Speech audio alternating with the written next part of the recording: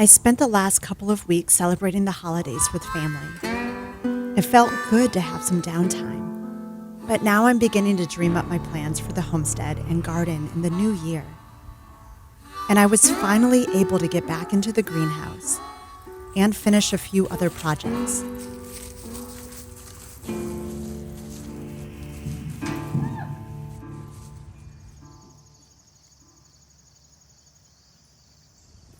I can't believe how fast we moved through 2023.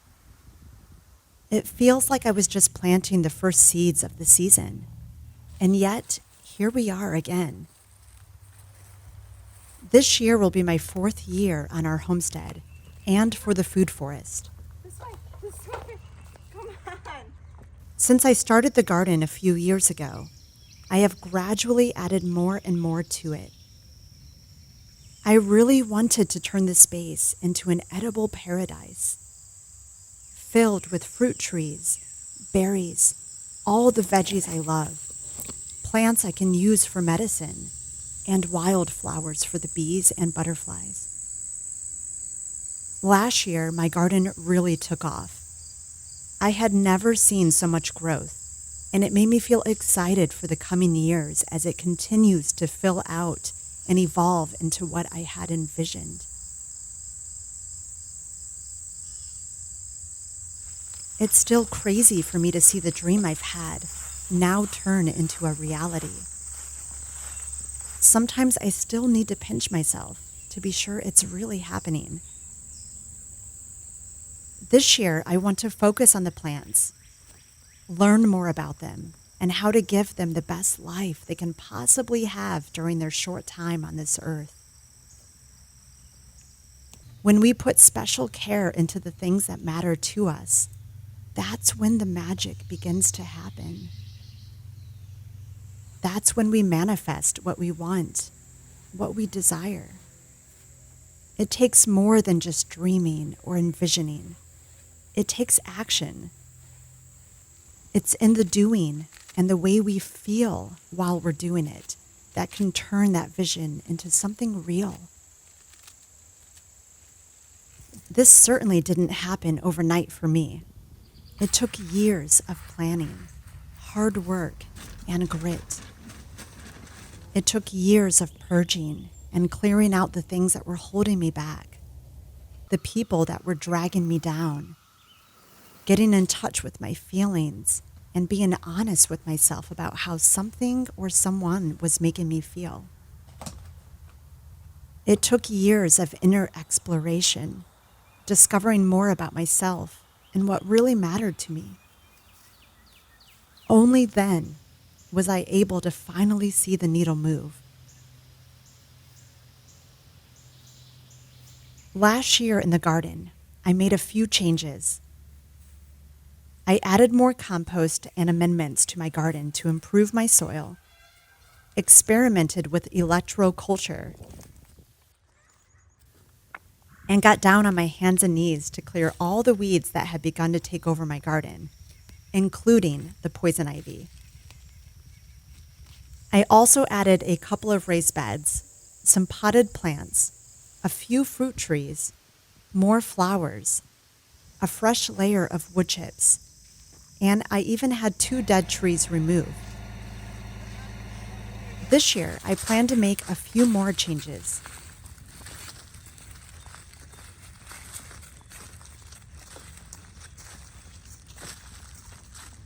So I got rid of a lot of comfrey in my garden this year. So that's going to free up a ton of space in my garden to plant new things. So I'm really excited about that. And I'm also going to be planting a lot in this new raised bed that I just put together because this past year I added these 2 raised beds and I love them. So it was a nice addition to the garden, and so I wanted to add another one this year. But we had 2 trees taken out as well this fall, and they were mature trees that had died, and so they needed to come out of the garden. So we got those removed. I wanted to initially put this bed over on top of the stump, but due to the uneven ground and my attempt at trying to level it out, it just wasn't working. So I decided to move it here, but this space where this stump is, there's another part of the tree that we had removed last year, a big chunk of it that I actually hollowed out and want to use in the garden. And I think I'm going to fill it up with compost and then plant maybe some flowers, maybe even some herbs or a combination of both, and put that on this side, because let me show you over here. So what I want to do, I think on the other side, this is where we had the other tree removed. I think on this side, I'm going to create a spiral stone herb garden in this place. I have been wanting to do that for quite some time. And initially I wanted to do it over by the greenhouse, but with the goats that we have, they get into everything between them and the chickens. So I did not want to take the chance of them just destroying that. So I went ahead and came up with the idea of using this space. And as I build it, I'm going to have the center part be here around the stump and just continue to kind of build it as I go along in the spiral form. So that's going to be, I think, a really nice addition to the garden. And I'm gonna start collecting those stones so that I can get to work on building that out as soon as the season begins. But last year was the first year that I did not take advantage of my hoop houses. And I think I learned my lesson with that, because I ended up having some pest issues like midway through the season, and they attacked all of my brassicas, which is what I used the hoop house for. And so that's something I'm going to definitely have to make use of this year. Okay, come over here. He's so excited. He just wants to be outside right now. It's so nice out.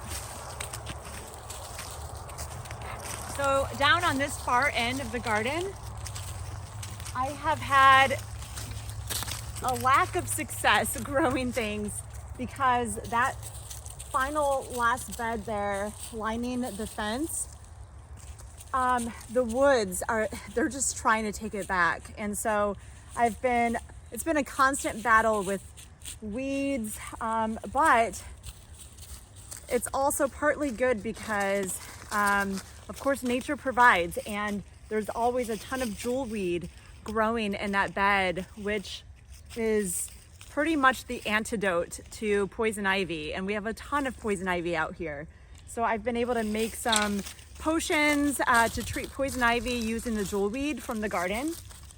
And so what I decided to do is this year, I'm going to just make use of that garden, turn it wild, or that bed, and have the jewelweed growing, but also plant a lot of wildflowers so that there's just a bunch of wildflowers growing in the garden on that end. And I think that that's actually going to be much better use of that space, instead of me trying to fight every single year and battle all of the overgrowth of weeds that occurred. So if I just let it return back to the wild and work with it that way by planting a bunch of wildflowers that can just kind of grow and take over that bed, I think that the birds and the bees are going to love it. So that's my plan for that bed. And I'm excited. This year is going to be year 4 of the garden, and everything this past year had just exploded with growth. So I'm really, really excited to see how it's all going to turn out this year, especially now that I have a good handle on the weeds since I laid down the fresh layer of mulch and wood chips. So we'll see.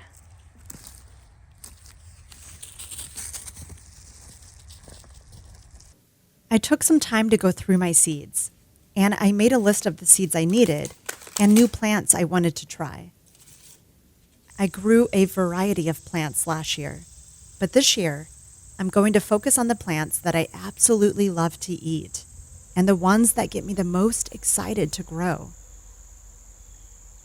I believe that when we set intention and feel excited and passionate about what we're doing, that same energy transfers into what we're creating. So building a garden full of love and childlike joy will also be felt in the food and teas that I prepare for myself and others around me. And anytime someone steps foot on this land, they will feel it too. It's that powerful. I'm glad that I added raised beds to my garden last year, and I liked them so much I decided to add another.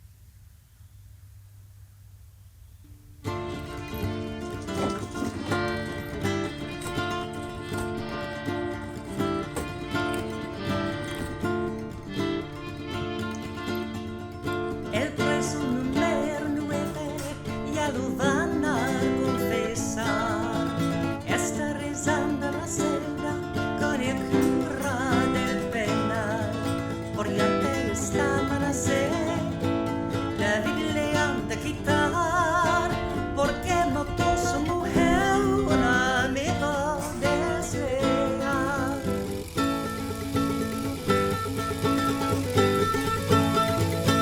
Dice así, al confesar, los maté, sí señor, y si fue buena ser, yo los vuelvo a matar. Padre, no me arrepiento, ni me di la igualdad. Dios que dio en el cielo, esto siempre me lo juzgará. Voy a seguir sus pasos, voy a buscarlos a más allá. Oh, yeah, yeah, yeah.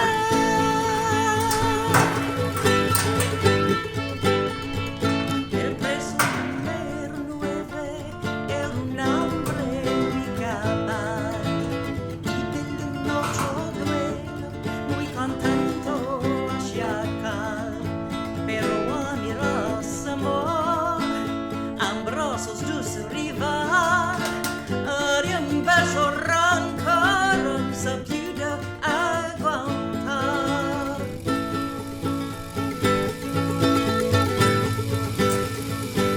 Al sonar el clarín,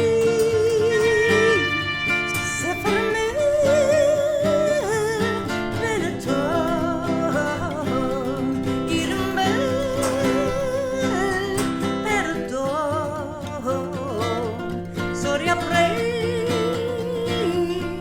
decir, Padre, ni me arrepiento, ni me di la igualdad. Dios que dio en el cielo, eso siempre me los juzgará.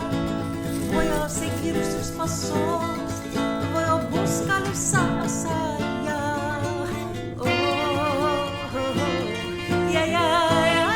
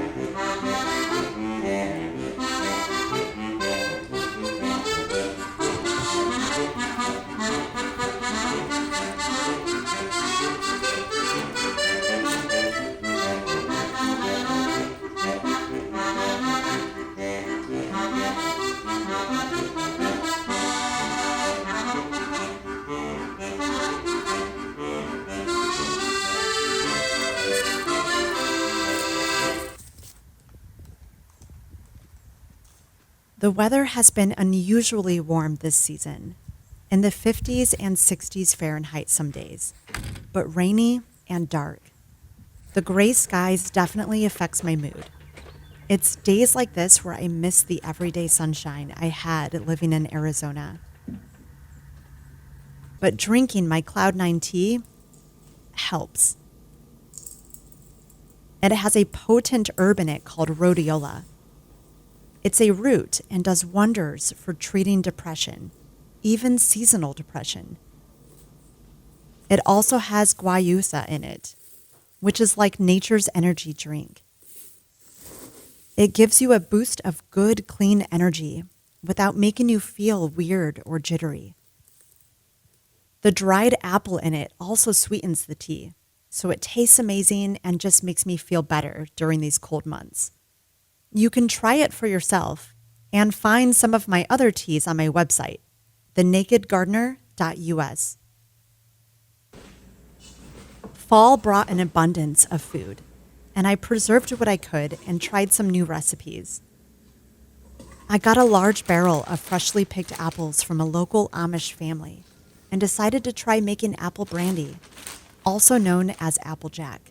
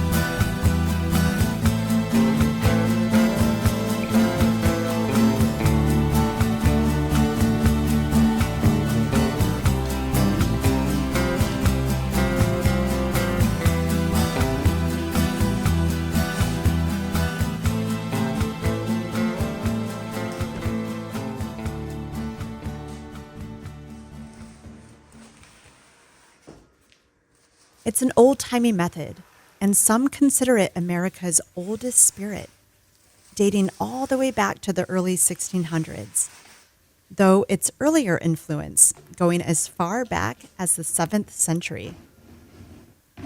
It's made by fermenting apples and then freeze distilling it, also known as jacking.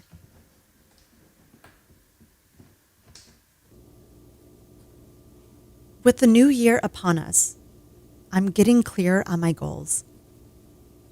I ordered more baby chicks, which will arrive in April. So that has me wanting to build a bigger chicken coop. I also want to tear down the old compost bins we built from the free wooden pallets just after we moved in here. They're falling apart and had poison ivy growing all over them, even in the compost. So I want to build new ones with bigger space and have a 3-bin system instead of just 2. Those will probably be projects I begin this spring. And eventually, I plan to build 2 bridges in my pasture to go over the creek. And I might try beekeeping again. But last year, I bit off more than I could chew. So going into the new year, I want to make sure I give myself space to create and simply be. When we are too busy, we fill up our minds and energy with muck and can feel drained and heavy, foggy. But when we give ourselves space to just sit, breathe, and be, our soul feels lighter, our mood lifts, and our minds become clearer. Our energy can sustain us better this way, and we feel less scattered, tired, frustrated, or easily angered. So I'm making that a priority in the new year. On one of my quiet walks in the woods recently, I received the message that now is the time to be like the hermit. So that's what I'm going to do. Spend more time alone, be with myself, the plants and trees, and listen to what they have to say. They're communicating with us every day, but many of us are too hurried to stop and listen. This earth is filled with age-old wisdom, and when we begin to listen and tap into it, we can feel that shift within us as well. The energy moves, transferring into our lives and well-being. We just need to be open to receive it. So here's to clearing more space in our hearts and connecting more deeply with nature as we head into the new year, giving us the strength and compassion to move forward as we journey through this life together.